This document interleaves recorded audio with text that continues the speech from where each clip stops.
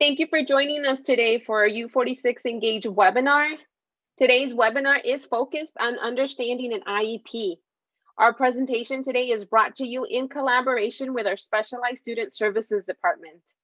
My name is Carla Jimenez. I am the Coordinator of Family and Community Engagement, and also I am a parent here in the district. I have a high school student and a kindergartner. And let me tell you that we could probably all relate to the never-ending acronyms used in our education world. So that's why today we want to explain what is an IEP. We hear IEP and we kind of question what that is. So we'll go ahead and do that today.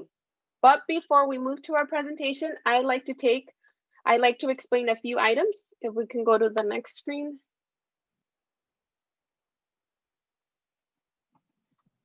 The presentation today is being recorded and will be available on our website at u-46.org/webinars. And it will also be sent to you via email after the webinar. Please, we ask that for any questions tonight, use the Q&A box for questions, and we will have some time towards the end of the presentation to answer those. In the chat box, we will share some of the main points and links, so make sure that you have that open during the presentation as well.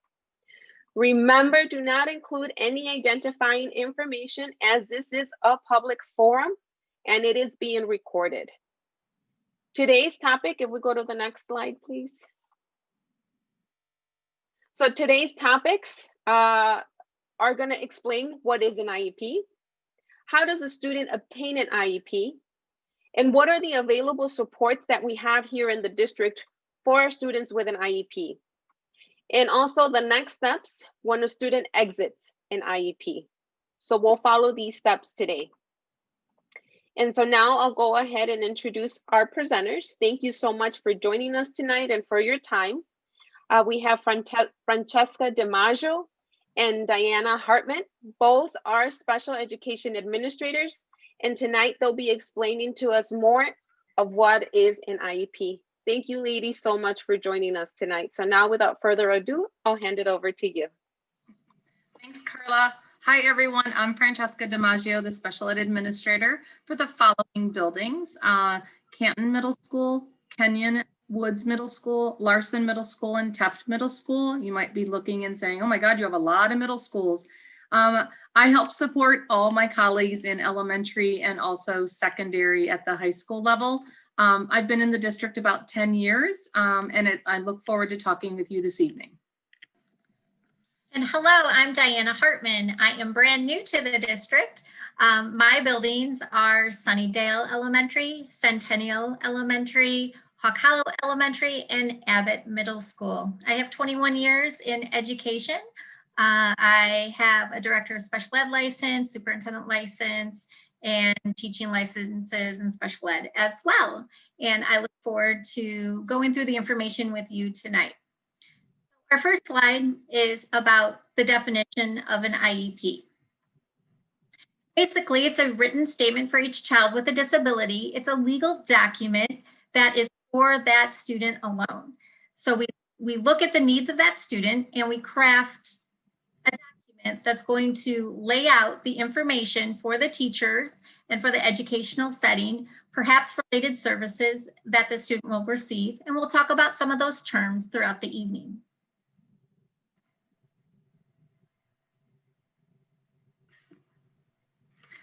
So there are different parts of the IEP. And again, like Carla had mentioned, it is a lot of acronyms. You're going to hear many of those acronyms. There's many, many, many more educational acronyms that you hear throughout school.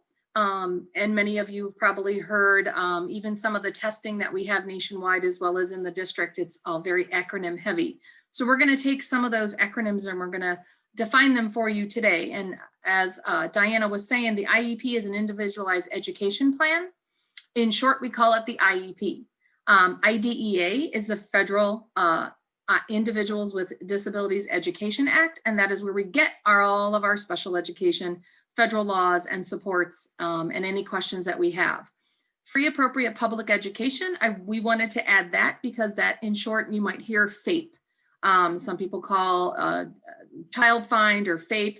we need to make sure that all students receive a free and appropriate public education. We are going to show you a very short, about 3-minute video, just a little bit on the IEP process from a different perspective with some visuals we hope you enjoy. Hello and welcome to Teachings in Education, the special education process. Here, we're going to answer the question of how do students get into and out of special education. Now, let's begin with step number 1, screening. Schools must take steps to identify students that may be eligible for special education services. One method of screening is through referrals. States have mandated schools to do a, quote, child find procedure.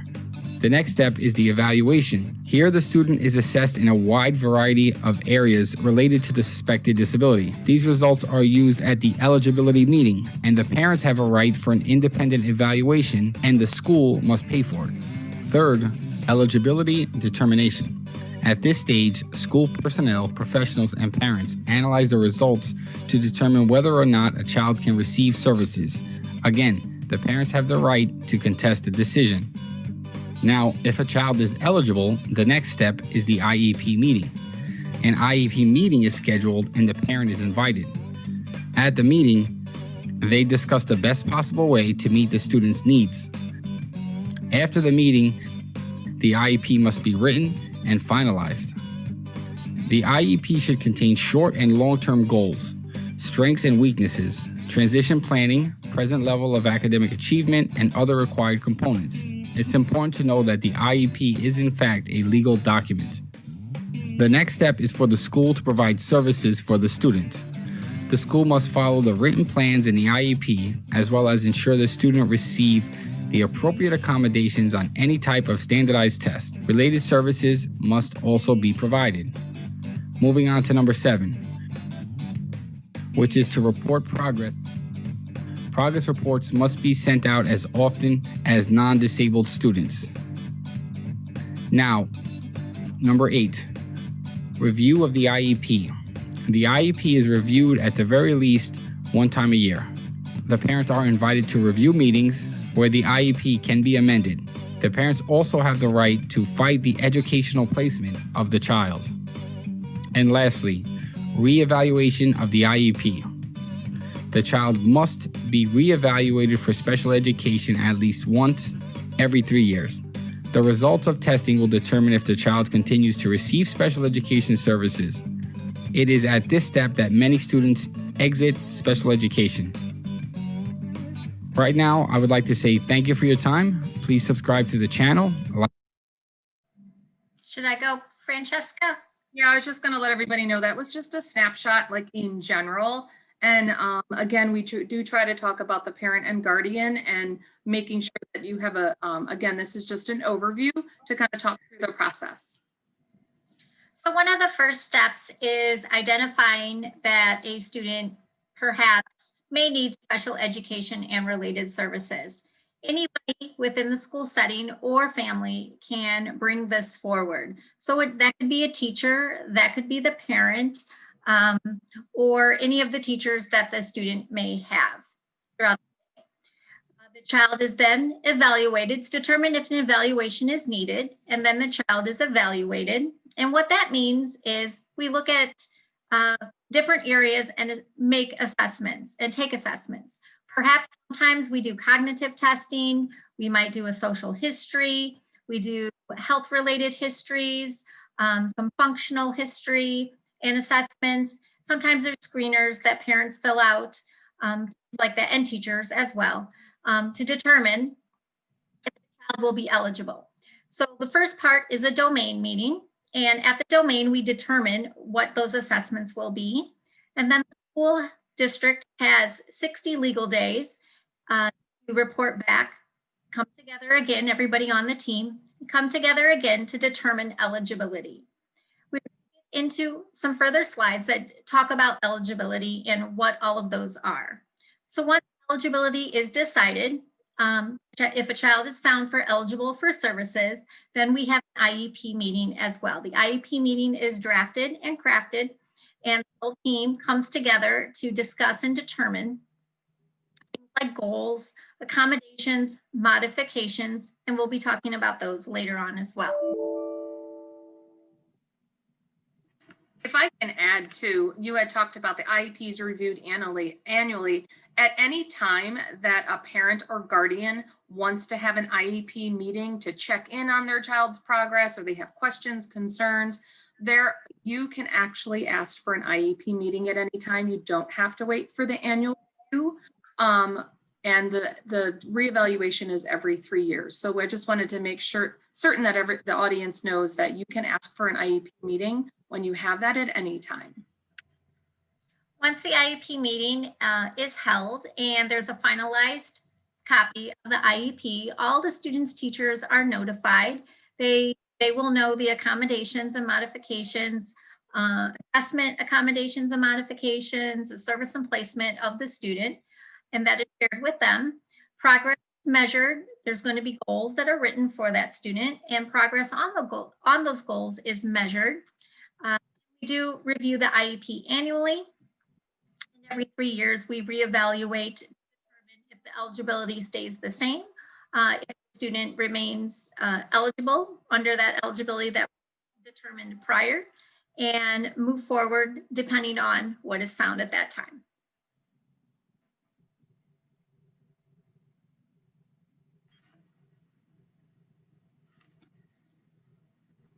One of the things that Diana was talking about was asking for a written request when we're looking at a domain or a parent interest in an IEP. What we usually require from a parent is written request to have the student, you're interested in an evaluation from the team. You think there may be a disability involved and they may require special education services. At this morning's meeting, there were parents that also discussed 504s to IEPs. We're not really going to talk related to 504s, but there are times when some students do move to an IEP, but it still requires a written request for an evaluation from the parent. And then we do allow those 60 school days if the team deems it necessary to have to follow through with the request. We come together as a team, we sit down, including with the parent or guardian, and have that conversation. However, the second bullet also says that it's not just the parent or guardian. The school system could also be using RTI interventions or any of those academic or social emotional, any type of interventions that we're looking at in the school setting at the various grade levels that we have. We collect data over time, analyze that data, bring that data to the service team and say, you know, we have some concerns, the student's really not growing, or we also bring the parent involved in this conversation, invite the parent in. The student also, if they're older, can also ask for a meeting. And we'll talk a little bit about transition down the road, but we did want to let you know that school personnel, an agency, any professional agency with parent permission, as well as parent and guardian, can ask for an IEP. I'd like to jump in one moment. I saw a question in our Q&A a little bit earlier, and at the end, we are going to address questions as much as possible. But one thing I wanted to talk about really quickly before we move on is, where does special education take place in the school setting? So I saw a question that kind of related to that. And it takes place everywhere in the school. So sometimes students are in the general ed classroom and are on an IEP, and no other students, we try to make it so that obviously no other students know which students are on IEPs and which aren't. So having an IEP doesn't necessarily mean that you're in what we call a self-contained classroom led by a special education teacher in a very small setting. Sometimes our students with IEPs are in the general education classroom. That could be 30, 32 students, 25 students, depending on the class and the age level. And they're with that gen ed teacher for the majority of the day. So I just wanted to make that statement. As we get a little bit more into the presentation, we're going to kind of decipher what we have in our district, just like an overview of our classes, what our programming looks like, just to give you an idea of how we support students. So this slide happens to talk about who's invited to that meeting: parent or guardian, student, depending on the age, the comfortableness of the parent, We do like to have students, especially at the secondary level, being at middle school and Diana being in the middle school, we do like to have the students starting in 6th grade sitting in their meetings. And it's really pleasantly surprising to see younger students than 7th grade sitting in their meetings and really owning and advocating for their needs and being able to say, this is really what works for me, this is what works best, and this is what I need. So we really love to have our students involved in the process so that they really understand what this IEP means and how it can best serve them, especially as they get older, because eventually it does become it is their IEP, but eventually that parent kind of fades into the background as they get older into high school and beyond. The general education teacher, we always like to have a general education teacher involved because they are knowledgeable about the student. They have the information necessary. They may be also bringing data that's important for the parent and the parent, guardian, or the team to understand where that student is functioning at academically or social emotionally, or maybe there's some speech concerns or other related concerns for the student. The special education teacher could also be involved in the meeting. A local education agent, that is basically Diana and I right now in this picture. It's called LEA Rep. We represent and we're able to discuss kind of what the resources are in the district or the building. At some of your buildings in the elementary, middle, and high school and early childhood centers, we have also assistant principals, and some principals also partake, and they are LEA reps as well. So they're able to answer basic questions. We become the LEA rep as special ed administrators or assistant principals of student services at the high school when there are more information that we need to gather from the parent. If there's some questions that parents have related to that a principal or assistant principal can't answer. But for the most part, the LEA rep is usually one of the special ed administrators or assistant principals, but there are times when it is other building administrators. Again, another appropriate evaluation personnel, Diana had touched upon this before, could be related service providers, itinerant providers. We do have vision, hearing itinerants. We have orthopedic itinerants, physical handicapped itinerants. We have social workers. We have occupational therapists, physical therapists. We have speech and language therapists. The list goes on, but we do have whatever is the best interest and the needs of that student. We have that individual invited to that meeting.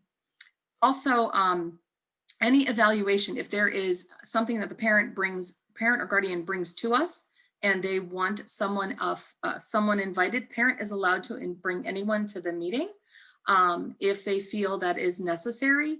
And it's one of the things that we like to see if parents, sometimes a spouse will come or they'll bring someone that is maybe more knowledgeable. Some parents also bring advocates and they just let the special ed administrator or LEA know, and then we're able to move forward with that. Other evaluation personnel is the school psychologist, and then all the related service staff also can evaluate, and they're part of that evaluation personnel.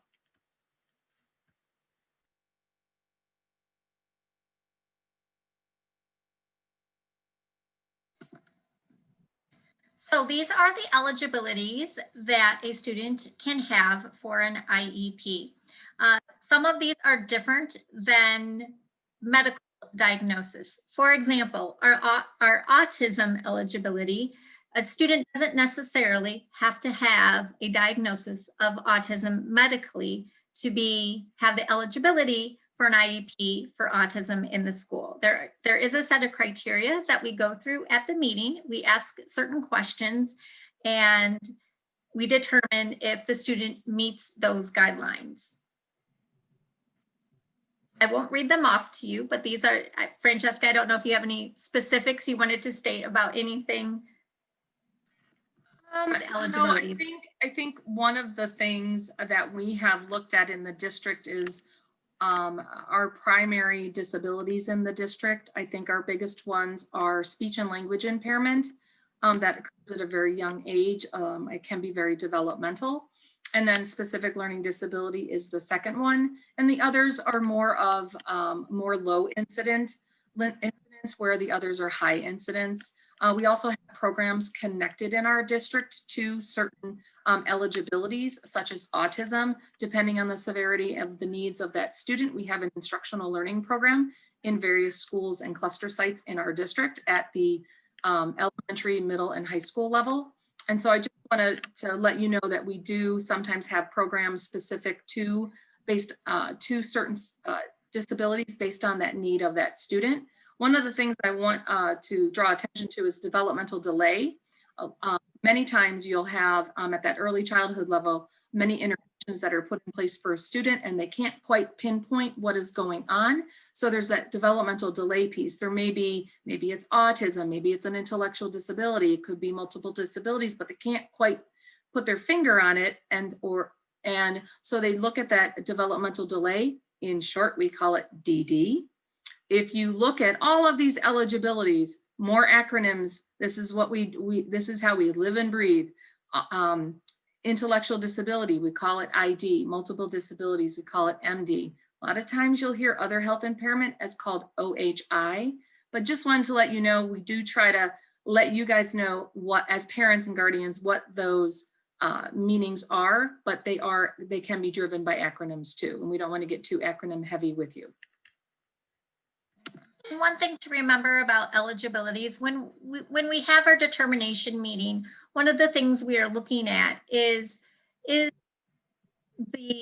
educational attainment of the student being affected. So let's say your student was diagnosed at the doctor, pediatrician, with ADHD. Are they attaining educationally in the classroom? And maybe they are and maybe they aren't. And that's what we look at. So just because a student gets a diagnosis outside of the educational setting, when we look at eligibilities, we're looking at determination if it's affecting their educational process in the school setting. And one of those things we talked about before too is those interventions. There are times when parents bring a concern to the team or the school or the principal. And one of the first things, and during these unprecedented settings, it's a little bit different and a little bit harder. I'm going to say that very cautiously because we are doing our best in light of the situation, right? So one of the things that we do look at to the best of our ability is still trying to provide interventions and supports to see if that student would even to see if the student needs academic interventions, social emotional interventions, what those interventions are, and over a longer period of time, because we do have to collect data, and then we would be able to sit down and determine, does that data support any of the existing needs in front of you as a disability?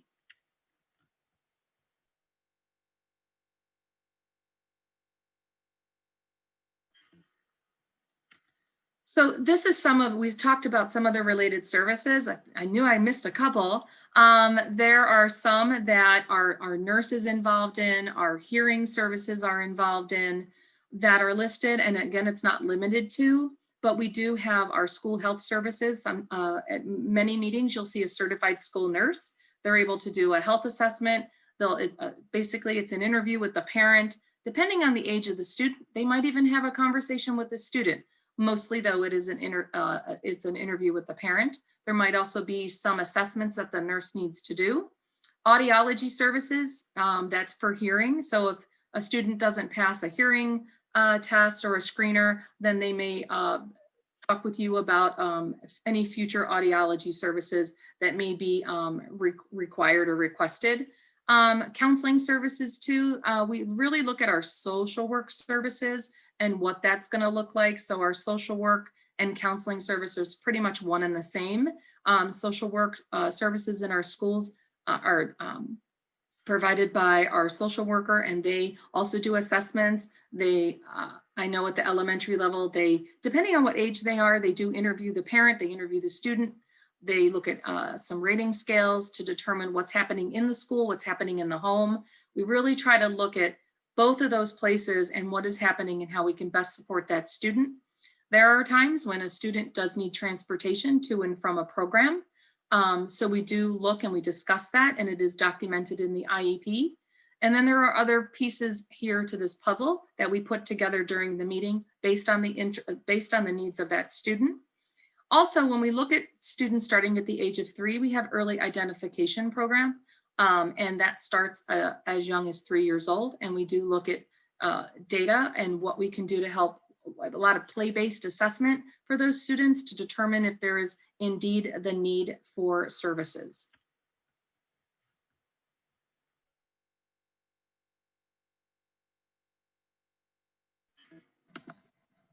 So students that have an IEP can have services in a few different ways. There may be push-in services where perhaps a resource teacher, there's other related service providers that this would be applicable to as well, may come into the general education classroom and provide services within the general education classroom.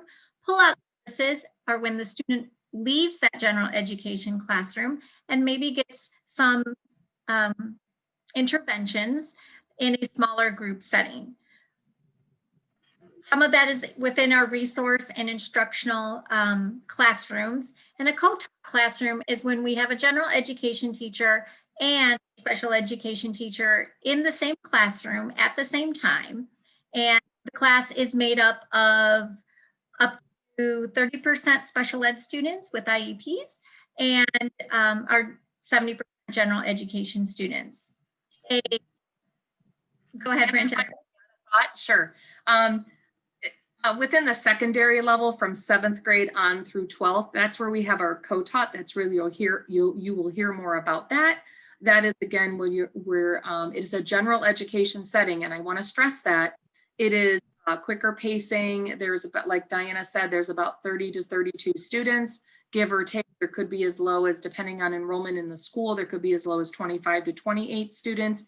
Again, it depends, but it is co-taught. It is where a student is a little bit more, doesn't need that intensive instructional setting or that they would need at the secondary level. Resource is at the elementary level. So I wanted to make sure that we kind of divide and conquer. At the secondary level, once we get to 7th grade, we look at cross-CAD instructional classes, which are that instructional piece. We don't do any pull-out for resource for any reading, math, writing.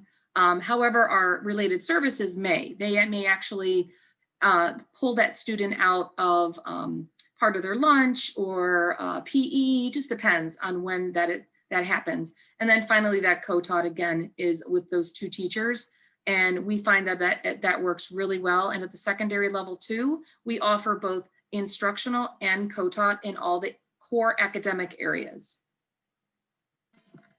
For related services, those could be within groups with other students. For example, if a student has social work minutes on their IEP, perhaps a student is within a group of other students that meet weekly or biweekly, and they work on the goals for that student.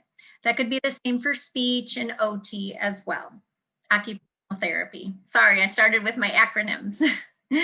And then self-contained programs. What that means is a special ed teacher leading a classroom that is only students with IEPs. And those are smaller settings, smaller meaning the number of students in the classroom. So a typical high school classroom had 32 students. A self-contained classroom may have 9, may have 10, 11, 12 students in it. So it's a smaller setting. So students can have more individualized attention within those settings.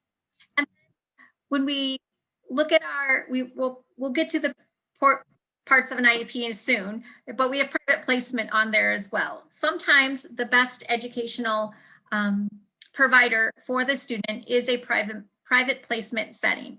That is determined at the IEP meeting through our services and placement.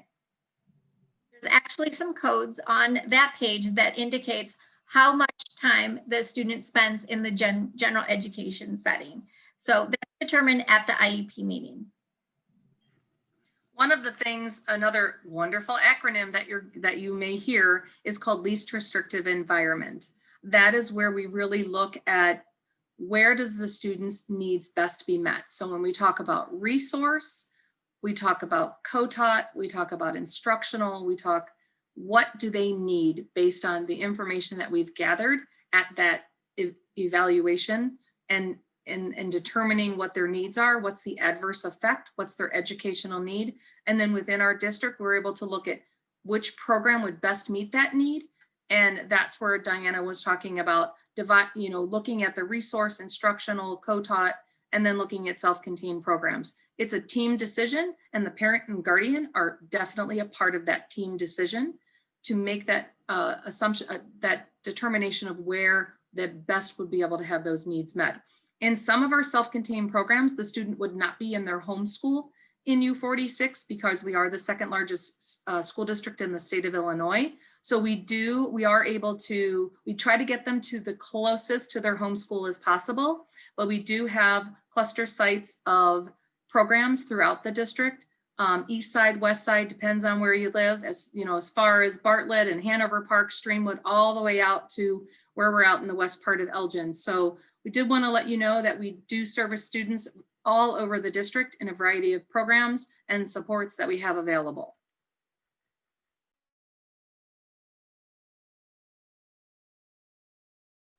So I'm going to talk a little bit about transition. Transition students are for students that are start at the age of 14 and a half. I like to say when they're 8th graders. So we might have some young 13-year-old 8th graders, but we do start talking about what do you want to be when you grow up? And I will tell you, I've had several conversations with some parents and students, and some of those kids are like, I want to be a doctor. Some students, I want to be a baseball player, but they're not enrolled, they're not in baseball. So we talk a little bit about what can you do besides just baseball? Do you want to be a manager? Do you love sports? Can we talk about sports medicine? So we try to really interview the student and what they really are interested in. There is surveys that go out. We work with our Naviance, with our school counselors to really dive deeper into those students that are 14 and on. And every year we dive deeper into what they like, what's their interest, what's their preference, what's their need. Some of our students that are in our self-contained programs, they may go into a training program, or they may end up being in a type of setting where they need to work on their life skills. So we really need to define what the need is of that student and where their capabilities are. We also have some really great resources within Elgin Community College, within the district that we help support. But the transition programs, we do have a variety of transition programs throughout our district that help support students that are more independent versus more hand over hand. So depending on the needs of your child, as they get older, they also have a say. They also get to be a part of this conversation. They get to decide. Most of those students are 18 to 22. We look at those 18-year-olds, and that's where they're making that decision. But there are also times when that parent and guardian they are still involved in that process. It doesn't just go away. Depending on the needs of the student too, some of those parents or guardians actually still are the ones that make that decision based on the legality piece as you get older. And there's also agencies involved. We do hook up with adult service providers when they get into high school, and we talk about consent for that, so that an agency can come and talk with you about the Department of Rehabilitation Services. They can talk about, is there autism supports in the community? What other community supports are there? And then there's our 2- and 4-year colleges. There's training programs. Many of you probably know about the Universal Technical Institute, some of the technology and career centers that focus on individual training to become an electrician, a plumber. There are many, many, many different facets to what a student's interests are. And when they get to that secondary level, we involve not only who the student's case manager is and their other related service providers and an agency and the parent, but we also look at involving that conversation with the guidance counselor, especially in the middle and high school teams all have a guidance counselor. They're not necessarily at the middle school invited to a meeting. They are more at the high school level where they're invited, and they also get to talk about Naviance and what the student's career is and what interests that they've looked at. And it's really to work with that student. You'll see a lot of times where we talk to the student when they get older and not directly at the parent, but we really want that student to be involved in their decision making to make sure that they're doing it's making sense and what classes they're going to pick, because we really want to focus on what's going to help you to be an adult and be in the and play adult in the adult world.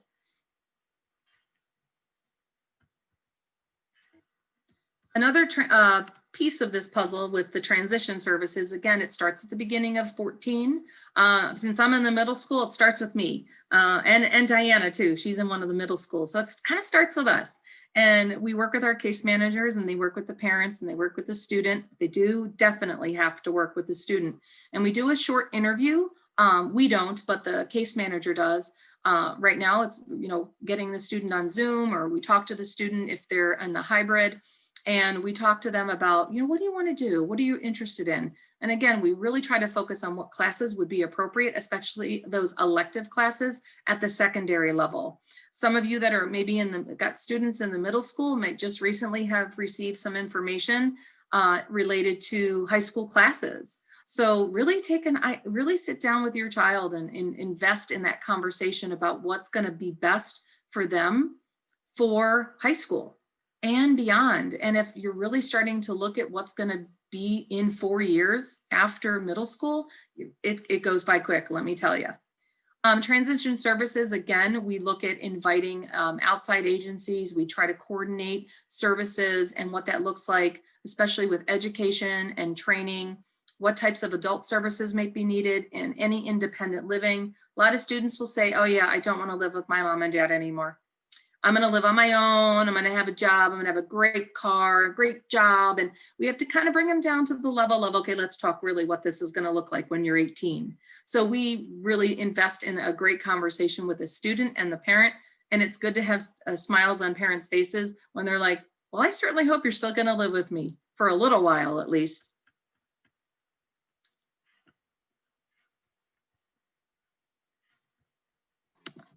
All right, for parts of an IEP.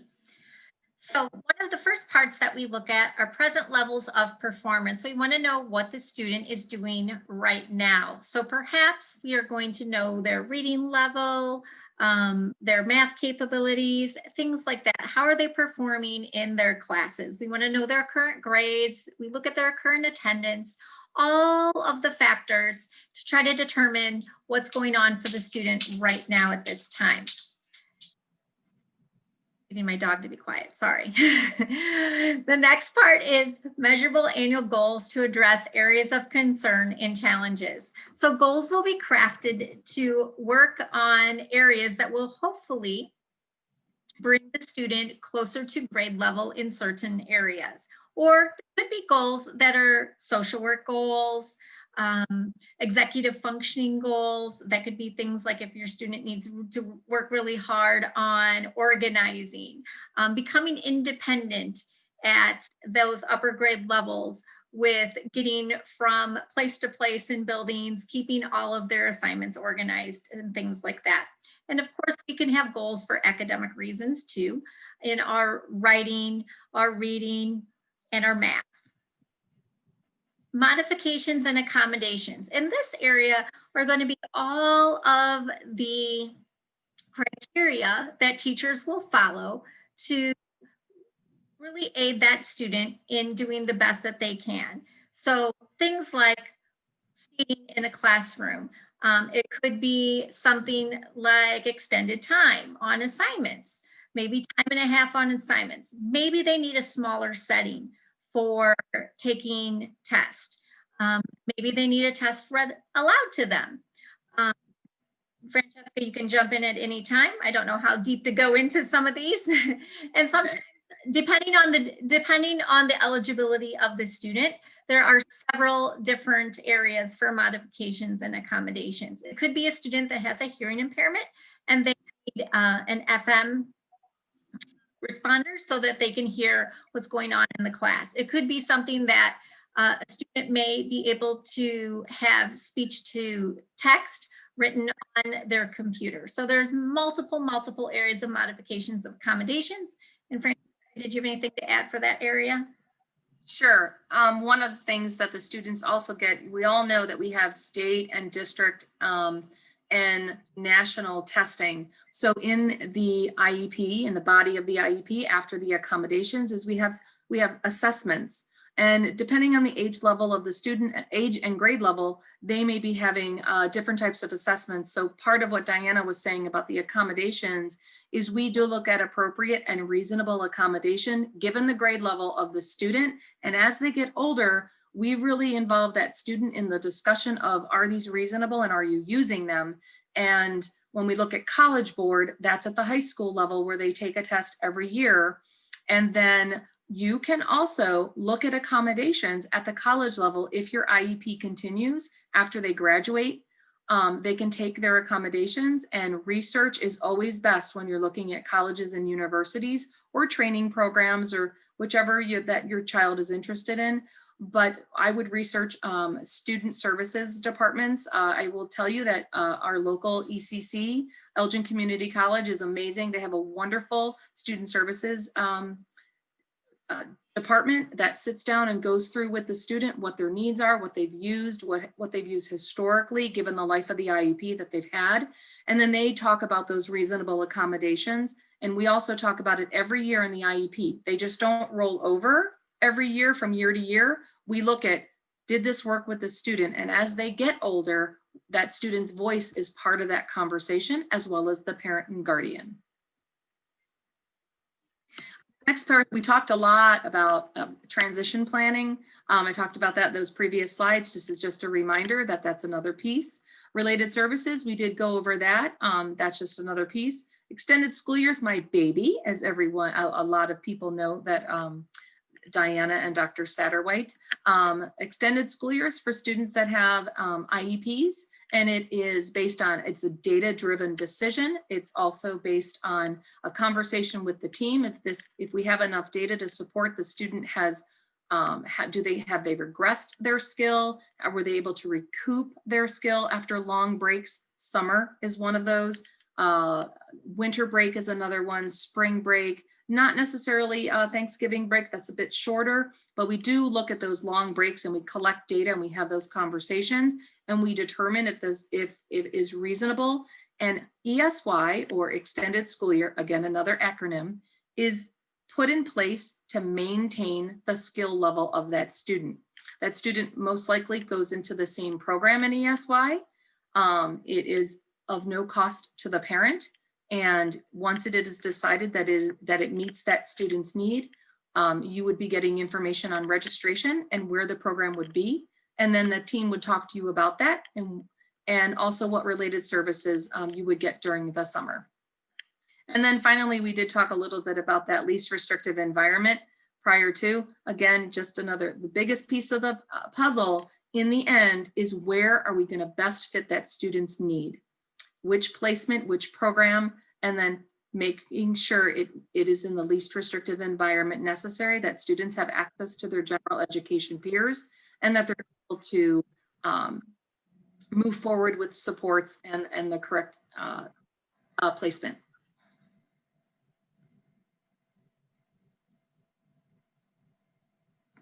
So some tips for parents and guardians. The IEP document is written specifically for your student. So that is, at the IEP meeting, it's a great time to tell us anything that you know that works or doesn't help your student in the educational setting. So we can include that or use that as part of our determination when we are looking at things like accommodations and modifications when we're crafting the IEP. You also have the right to invite anyone you like to the meeting. So if you want to bring, a family member that is a teacher, or you have an advocate, or just somebody for some support, that you have the ability to invite anybody you like and bring them with you.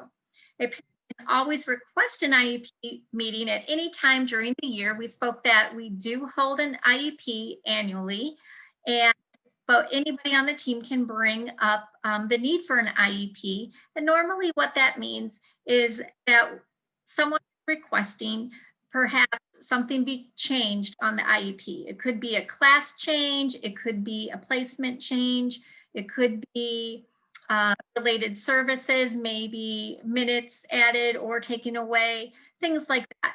It's always good to talk with the case manager of your student first, and communicate about what you're thinking.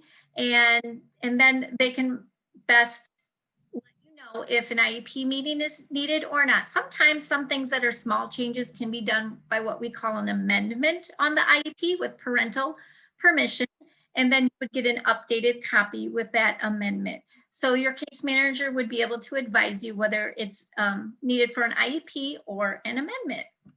You do have a voice in creating the IEP. You are a team member. You're an active member of the team, the parent or guardian is, and we do welcome and want your input and voice in creating the IEP. And we want to be partners with you. We also want to list all your concerns and on the IEP and answer any questions or put those questions within the document as well, and let you to have a historical information that it's been addressed. If I can add, I think one of the biggest things I've seen in my 24 years in education has been parents or guardians' fear of asking questions. We want you to know that we're partners in this, and that we want you to tell us, you know your child best, and you are able to give us insight that we are not able to see in the home. So we want you to be able to give input, provide input, tell us. I know a colleague of mine, and I've started to do this. She says, she starts her meetings with, tell me something great about your child. And what a way to start a meeting on a positive is like, tell us about your child. I had a parent today tell me that their child is amazing and that they're caring and loving. And it's just, you know, we want you to be able to feel comfortable from the get-go, being able to understand how this is going to work and that your voice is so important. But we want you to know that we're in this together as partners, and that we should always hear each other's voice and listen and be able to document any concerns that you may have, and make sure that we have some next steps on how to approach those concerns that you may be having.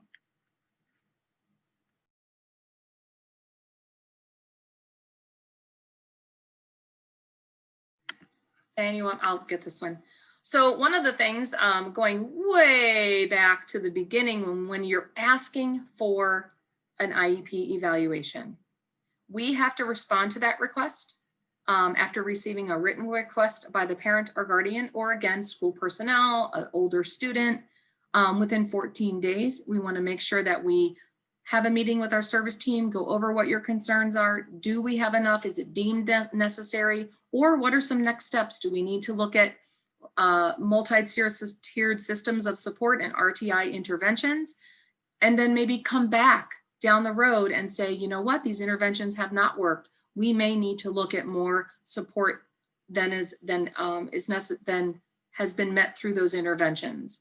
Interventions are usually several weeks that we put those interventions in place. They could be academic interventions, social emotional interventions. Some of you may heard about check-in and check-out. That's a very common intervention, just to help keep like organization, or they need to check in with a mentor.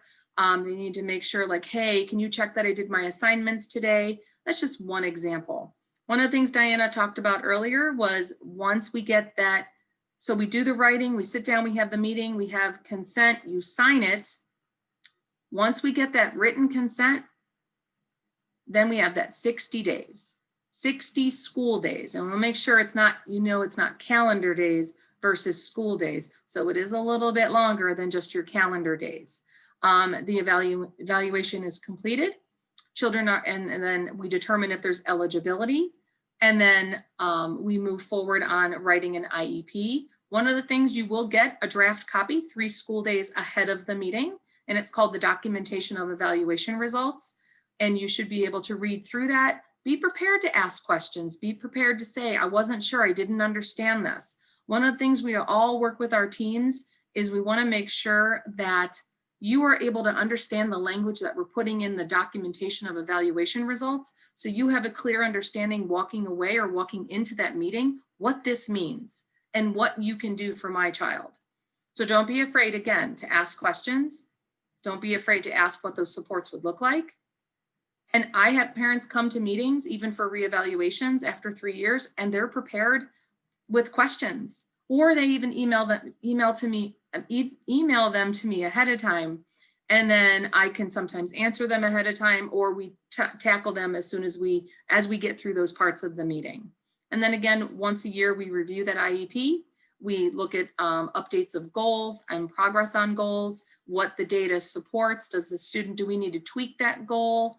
We have to rewrite the goal to determine what that growth has been from one year to the next. And again, the IEP is for one school year, but we have the eligibility is for 3 years. So we wanted to let you know that too.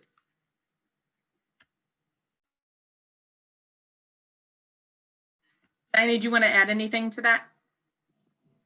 No, that's good.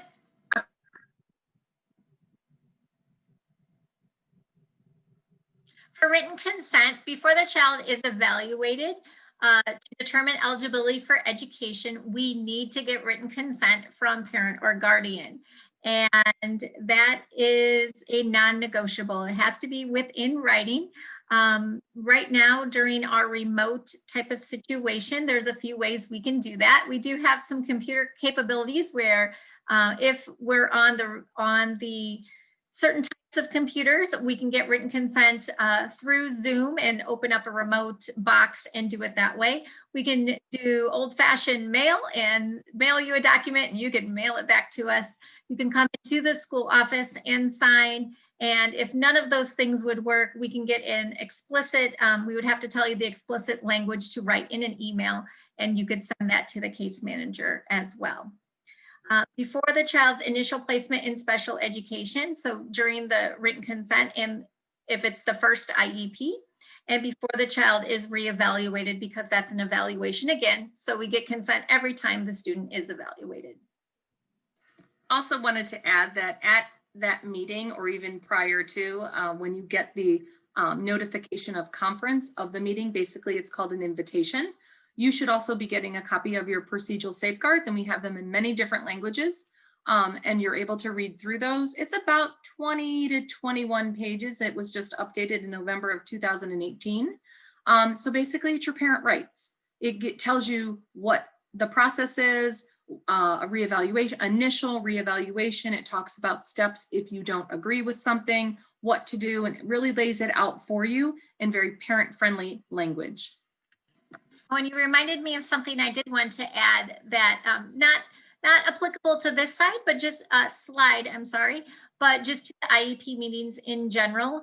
Perhaps English is your second language and you would feel more comfortable with some of the language that we're using translated. We have the ability to call a language line, and they have interpreters in multiple different languages.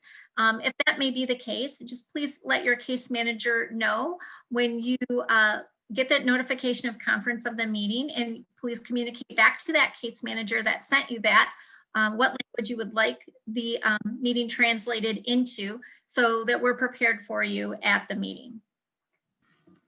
And after the meeting, we do only have a few languages that we're able to send home the IEP in its entirety in that language. Our most prominent language is Spanish, so we're able to take the form and data. Anything that we've typed in there will translate.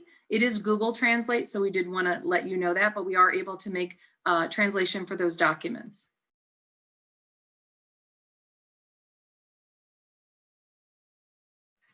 So what if the parent doesn't agree? Don't really want to talk about the negative connotation here, but we want to let you know that, again, with your procedural safeguards and essentially your parent rights, you try to reach an agreement, you try to work with the team, try to figure out there may be some additional steps that we need to work on as a team. It may involve having another full meeting. We might need to look at, do we need to just change or tweak the class? Do we need to look at the time of day? There's just so many different variables that are involved that just having a conversation might be able to clear up some of that confusion. Maybe there's some uncomfortableness with a team member that rubbed you the wrong way, but we want to make sure that you definitely know that let's have the conversation first so we can try to tease out what is the real concern, but we want to make sure that we listen and try to reach an agreement before anything proceeds any further. Diana, do you want to add anything, or are you good with me moving on to the next slide? I just wanted to, express or reiterate that communication is the key. It's okay to disagree. It's okay to question at any time. And it's okay, like during the year, if you think something's not working or something's working really well, just make sure to communicate all those thoughts and things that you see as well. And if I would say one thing to add here would be the chain to communicate. The first person to contact is always the case manager. They're kind of like on the front line of that. And then there's your educational administrators, your special ed educational administrators. And of course, if the building has an assistant principal or principal as well, would be the first line to contact. And kind of moving forward again in your parent rights, it does explicitly state what your next steps are if you can't come to an agreement or recommendations haven't been made and it's just clear that things aren't working. There are other steps, and these are some of those steps. Ask for mediation, ask for due process, and then file a complaint. Again, it is very rare that with those items occur. We do always get to that first bullet where we always work it out as a team and determine, and then that's where I don't need to wait once a year to have an IEP. I just need to check in to see how my kiddo's doing and to make sure that, we're on track and we're all in this together.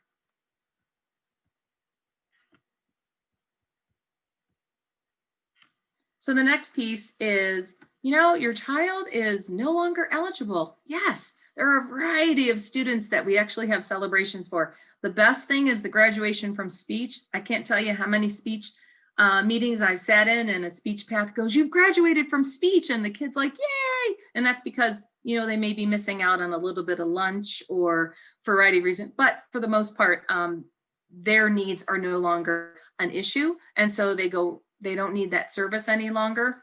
But if they don't need an IEP any longer, I'm sorry, I thought I was on a different slide.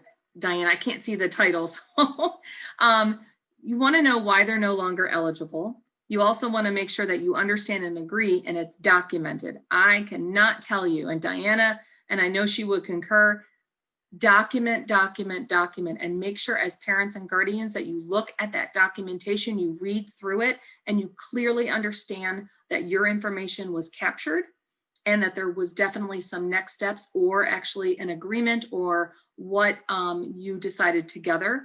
If you disagree with an exit, you're not exactly, make sure that that's documented. Make sure that that special ed administrator or assistant principal for student services reads back those additional notes that have been taken during the meeting and that captured your conversation. We also will make sure that we give you another copy of your parent rights if you don't agree. And then again, if a student has been exited and you didn't agree with it, but you want to give them a little bit of time to see how they do in gen ed, you can request, but it goes all back to that initial evaluation stage where we start fresh. We do have a tendency to look at a file review. We do look at the history of the student and take that into consideration, but we do new stuff because we want to get that new information, new assessments. We want to see what is going on. Have they been in interventions or did they not go in any interventions? And you would usually request that either to the building principal. I've had mine come through the building principal. Sometimes it even comes to me because people know me, but it can go to the assistant principal or it will go all the way to Dr. Satterway, who is our director of specialized student services. You want to add anything, Diana? I just wanted to add that, we want what's best for your student as well. The whole team does. And typically when we're talking about exiting, the student has met all their goals, perhaps maybe in a related service like Francesca was talking about for speech pathology, or the student is achieving successfully in the classroom and with just some minor modifications and accommodations that the classroom can provide without the IEP.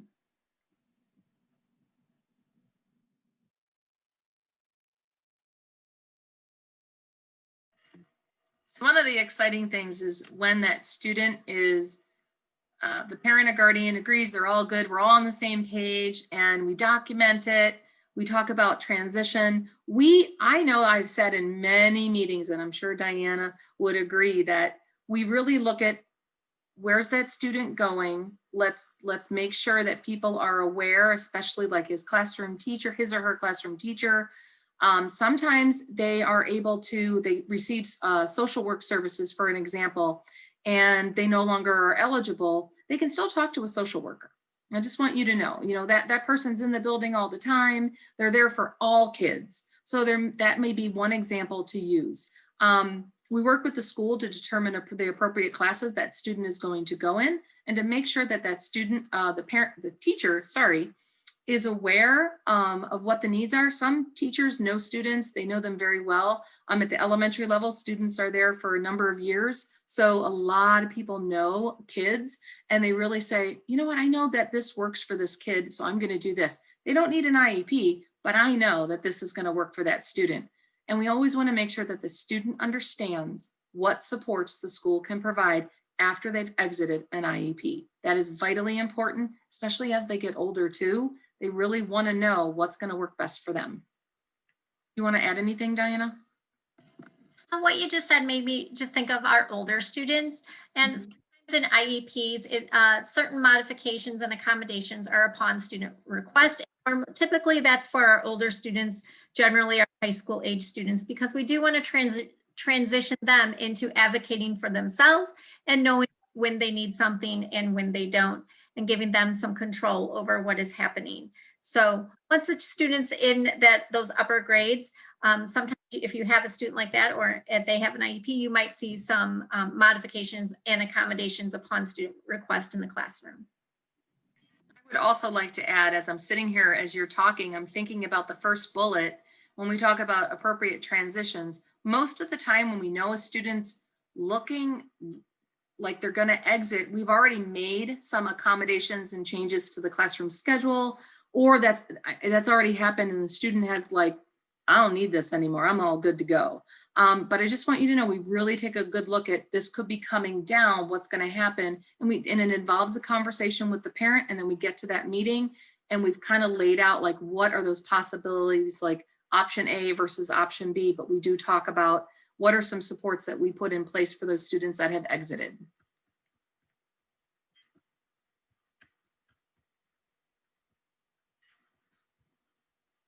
So this is for elementary students. I know Diana's got some elementary buildings. I had one last year. Actually, I had 1.5, I like to say. Same information applies. Maybe there's interventions, like they're still going to be in check in and check out. But it's not enough to warrant them continuing in an IEP. So maybe they just still need that little, I got to check in with my mentor, or I got to check in and I just have to have my card checked. That has helped me. So I've exited, but I'm good at the elementary level. They also, again, monitor the child's success. If they're continuing in any interventions, we make sure, or if they're going back into interventions because maybe they've had a slip up, we always make sure that we monitor that success, keep them kind of like, what's going on? Do we have to, and we always have those conversations within the elementary level to make sure that that student is making the progress that is necessary to be successful. You want to add anything about elementary land, Diana? No, but you did a great job. That's good. And then my favorite, secondary, yay, because they're getting ready to graduate. And like I said, I've been the high school and I've been in the middle school. The majority of my life has been as a secondary special ed administrator. So our high school supports, again, we talked about regular taught classes, we talked about instructional classes, and then we have our self-contained classes. And then as they get older and they're not going to take their diploma because their IEP is such that their supports are still needed for life skills training and support. So we have, like I said, wonderful programs in the district to help with those transition services. And as your child gets to high school, they do start to talk about if that is a need and what that looks like. However, the majority of our students do take their diploma and they graduate.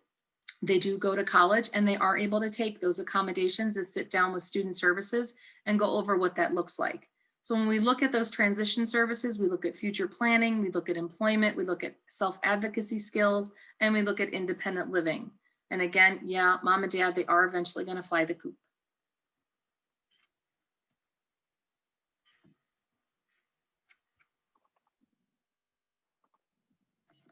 Should we go Thank to the you. questions, Carla, in the chat? Yes. Okay, So that thank would be you great. so much, Francesca. Thank you, Diana. All of this information was very, very informative and extremely helpful. Please, those joining us, if you do have questions, go ahead and include those in the Q&A option located at the bottom of your screen. We've had a few come in, and so we'll be addressing those in just a second here. Do remember, do not include any identifying information. We are recording the webinar, please. You will receive a copy of the recording and a copy of the presentation in PDF format by email to the email that you registered for the webinar. And we would have that to you by early next week. In the email, you will also find a link to our survey. Please, we ask that you take a moment to complete that. The survey also gives you an opportunity to provide contact information if for whatever reason we were not able to answer your question today, or you exited out and you thought of a question, just go ahead and include that in that survey and we'll follow up with you.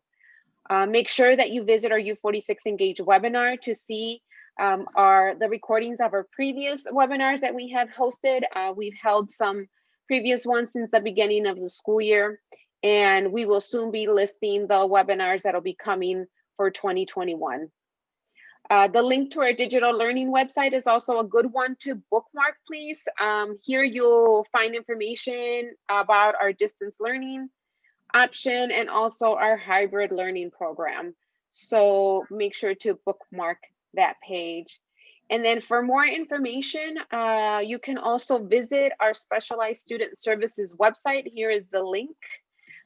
You can contact, depending if your student is in high school, middle school, elementary school, you will find that contact information in that web page as well, per school. So if you want to check who the administrator is for your school, you'll be able to find that under the Contact Us tab on their website.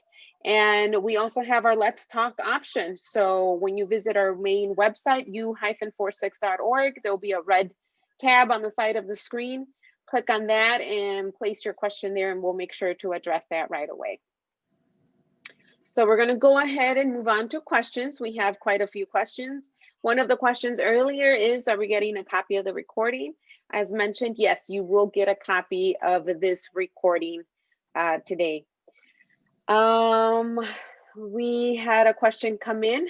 What happens if my child is in the program already? What's the next step to help out with them with the current pandemic? I would say the first step is to contact your student's teacher and case manager. They can work with you on any specific needs or identify opportunities that you've identified for the student at home. Sometimes we do come together for an IEP meeting in that situation. And sometimes we can provide extra supports to you at home. Some of those supports just may be suggestions. It may be visual supports that the student needs. It may be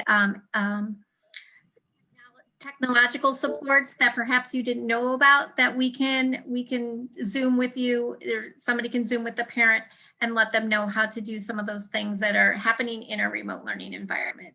But one of the steps would be talking to the case manager and communicating with the case manager what your needs are. What if a child is showing signs that they are ready to exit out of the special education program prior to the 3-year review? Great question. We've had many times where that does happen. I can't say many, I should say, we do err on the side of caution. There are times when we do open up the evaluation a little bit early. We don't want to do it too early, but we really want to look at what is going on. And we talk as a team, we kind of meet behind, we kind of talk behind the scenes and talk with the teachers and really gather that data and see what is going on. And we will talk with the parent and say, you know what, I think we need to have this domain a little bit early There are times when we also open a domain a little bit early because something that's changed and it's a deeper concern. So both, it could be the student is ready to exit a little bit early. We want to make sure that we really capture that hard data to see that we're making a data-driven decision and it's in the best interest of the student. And then there are times where we have to flip it, where we have to open it a little bit early because there's some more needs that we need to look at. Thank you. What is a 504 and how is it different than an IEP? Well, for a student to qualify under Section 504, a student must be determined to have a physical or mental impairment, and that limits one of their major life activities. And on a 504, students can surely have accommodations that will help them in the educational setting. What they don't have from an IEP is they don't have related services, they don't have special education classroom services, and don't have goals that they are working toward to achieve at grade level. So typically they are at grade level in their academics. The next one is, why is a child reevaluated every 3 years and not yearly? Well, I mean, that's what the federal law put in place every 3 years, triennially. For some reason, someone came up with 3 years. I guess that would go all the way back. Not to make light of the question, it's a good question, but that's what we do. We do look at every 3 years. We want to collect enough data too over time to make sure that we're making the right decision and the parent and the school make an informed decision based on the best interests of that student.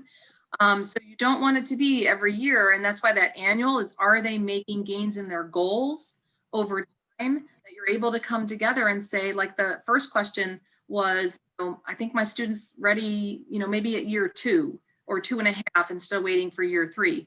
We do go a little bit earlier than just that year mark, because we do have that 60 school days. But again, we want to be better informed, and that's why that window of 3 years is open, because we need to collect the data over time. And if I can add, some of the assessments that are done during evaluation, for example, cognitive assessments, we're not going to see variation from year to year. It's going to be over a longer period of time. So for some of those cognitive assessments, we're going to be able to tweak anything as we go during our IEPs as well, when we're progress monitoring throughout the year. The next question regarding, and I think they meant to write IEP, if the district does not have appropriate education in public education, but appropriate education in a private school, how can one navigate that with an IEP team? At the IEP, that's part of the service and placement determination. And it could be during an evaluation year or outside of an evaluation year. It all depends. And what we look at is the student making progress within the educational setting that they are in. If they are not, we would want to look at why and how we might go about changing that. If they are making educational progress, part of the least restrictive environment is being with peers as much as possible. So those are some of the things that we look at. Does it ever get completed before 60 school days? It all depends. It sure does. Yes. Yeah, it all depends. Sometimes there are multiple assessments, and sometimes there's very few assessments to determine eligibility. So it all depends. And just to keep in mind, you do get a copy of the documentation of 3 school days prior to the meeting. So we just wanted to keep you informed prior to, so you can get yourself ready for that meeting and be informed to understand what is happening. I'm sorry, Francesca, you kind of cut off there for a little bit. And there's another question. I think you'll answer that. If I need time to read the IEP report, how long can I have before I need to sign the report? For an annual review, there is no signature for the IEP. There is a signature on consent. So I do see a consent question that there is a specific consent page for evaluation. There is not a signature for the finalized IEP. So at the end of an IEP meeting, we would determine that the IEP is finalized. So to make changes after an IEP meeting, we would do it one of two ways. We would either have an amendment on the document if the parent says, oh, I'm so sorry, I really think my student needs to go to a quiet space for testing, and we want to put that accommodation on the IEP and it was not on at the meeting. We can make an amendment, or if there's something that's a little bit bigger, we can hold another IEP meeting to make those changes. By law, as of, I think, last summer, the parent or guardian will get a copy of a draft portion of the IEP. It's drafted, which just means it's a fluid document still. It's not set in stone. And they will have 3 days to review that document prior to the IEP meeting. So there are safeguards, meaning that if there's something, they read it, they take it home, and they're not happy with something, they can inform us, and then we can address that at that time. Okay. The next, I'm going to combine 2 questions here. Does the evaluation have to be done through the school district? How's an outside evaluation handled by the school? And then if we do not return to school, can that review be done by Zoom? So the first one, the second one, if we don't return to school this year, IEPs are being done and completed by Zoom. Usually you should get a Zoom link. You'll get that ahead of time. You'll get an invitation 10 calendar days ahead of time along with the Zoom link. And yes, that's where we are. You don't have to show, if you don't want to show your home, you don't have to. Some parents are in their car. They just have the voice. They're just showing their voice. You don't have to show yourself. We don't want you to have to feel uncomfortable at all. But yeah, it can be camera or just voice. And it also will give you a phone number to call in if you can't be on your computer. And then the other one was, it's gone, so I don't have it in front of me. It was, we like to do the evaluation in the school. We like to be the responsible party because we always like, especially if they're in our district, we want to be able to capture the data and what the data supports and then work with that student to see. There are times, however, when a parent brings an outside evaluation and the team does review that evaluation, but they do not have to accept all the results or any of the results of that evaluation, and they would discuss that with you in the meeting. There are also times where we combine both the outside evaluation and the internal evaluation within the district, and we put components together. There are times when outside evaluators have medical diagnosis that we were unaware of, and they bring it to the teams and make us knowledgeable of what's going on. And so we actually can add some other things to bring the school team involved. I always think it's vitally important to have the students' teachers to be a part of that team so they can give a different perspective, because your outside evaluation may not have included the school's team. And so that's where we like to have our part too. That's why we like to say we like to do it. There was one question, and I think I skipped over this one. Would an IEP document be able to address other distractions to students, say another student that exacerbates behaviors, or move the student to our classroom without the other student? An IEP isn't going to address another student at any time, but perhaps accommodations or modifications that make your student succeed the best. So if there's a specific situation between students that would be best worked out outside of the IEP through the case manager, through the teachers, to best fulfill supports. Sometimes a social worker may work with a student if there's specific things that are happening in a classroom for them to remain in the classroom, because that would be the least restrictive environment for that student. For example, some of our students might have sensory issues, and the simple fact of a student 2 seats over tapping their pencil can make the student with sensory issues very upset and irate and maybe not be able to focus on schoolwork. So those types of things we want to work out with our teachers, with our case managers, and some of our related service supports, and we can put some things in place for that student. But no, the IEP would never address other students. My son will be going to high school. Would I have to advise the high school of my son's IEP? Absolutely not. Unless they're out of the district, that's a different story. Internally, we take care. As a matter of fact, as we're speaking about that, the high school moves forward with working with the middle school and works with the students and the case manager to determine like what classes do you recommend. And then what's amazing is we have transition meetings in the spring and you get to meet the assistant principal of student services.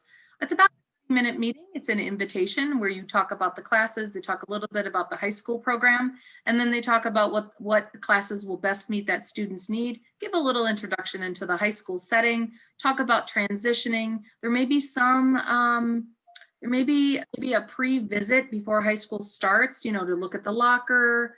A lot of high schools do that big where all the kids come in, but there are times when students that may be on the spectrum may need an individualized tour where they need to figure out where it is, how big it is. We do the same thing with 6th grade to 7th grade, and then 8th grade to 9th grade, and then kindergarten also has a transition piece too. But you would not have to inform the high school. We take care of that for you, and we work together as a team as well as with the parents in the spring. That makes me think of something to add. We can accommodate you as parent or guardian, whatever form you'd like the IEP in, whether you'd like it in PDF form, electronic copy, or a hard copy. If for some reason you were moving to a different district, when you go to enter that district, one of the first things you do want to give that district is a copy of the IEP that your student has. Okay. We have a couple more questions. We're almost out of time, but we'll answer these last two here. If a 2-year-old child has already been diagnosed with ASD and is currently having OT, DT, and ST, talk about acronyms, would that child get evaluated for IEP for preschool when that child turns 3, since he would be aging out of the program that he is currently in? So yes, preschool students can have IEPs. Can I, parent, request for private placement as the appropriate initial placement? Perhaps. It all depends. It all depends on the needs of your student. How are evaluations carried out this year? Are they in person? Well, we do ask at the domain meeting. I have been asking parents to consent for in-person. It's by appointment only. It is all the safety protocols in place. We also do a safety screener ahead of time to make sure that the parent and student feel comfortable. They do wear masks. We also ask the parent, we let the parent know about how long the assessment's going to take so they can come back to pick their child up. We do all the safety protocols in place to make sure, and we do it in person. There are portions that we can do remotely, and if at all possible, we try to do those portions remotely as well. Thank you so much, ladies, for your time and your expertise in this area tonight. Thank you, everyone, for joining us. We again visit our website, our webinars, U46Engage webinars page to see what is coming up next year. And so, again, we wish you all a good night, and we will see you at our next U46Engage webinar. Thank you.